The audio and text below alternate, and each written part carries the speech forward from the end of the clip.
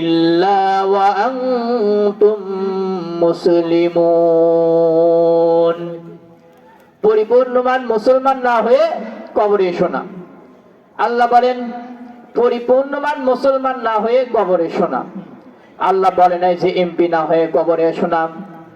আল্লাহ বলে নাই বক্তা না হয়ে কবরে এসো না, মুফাসসির না হয়ে মরবা না, ডক্টর না হয়ে মরবা না।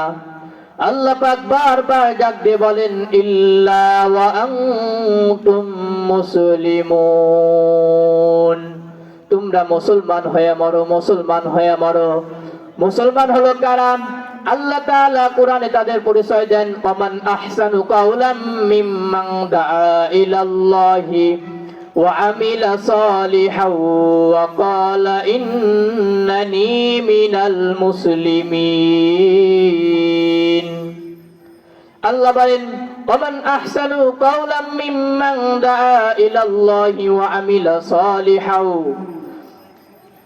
ওমান আহসানু কাওলাম মিম্মান দাআ ইলাল্লাহ, তার যে উত্তম কথা কার হতে পারে? যে উত্তমের দিকে মানুষকে ডাকে। তারা কারা? তারা কারা? আল্লাহ বলেন ওয়া ক্বালা ইন্নানি মিনাল মুসলিমিন। তারাই হলো প্রকৃত মুসলমান। আজকে যদি মুসলমান কোনো ভালো কাজ করতে যায় তাহলে বাধা আছে না নাই? পুলিশ আসে না? আসে না? আজকে যদি মুসলমান ধর্মীয় উৎসব করতে যায় করোনার অজুহাত দিয়ে বন্ধ করে দেয়।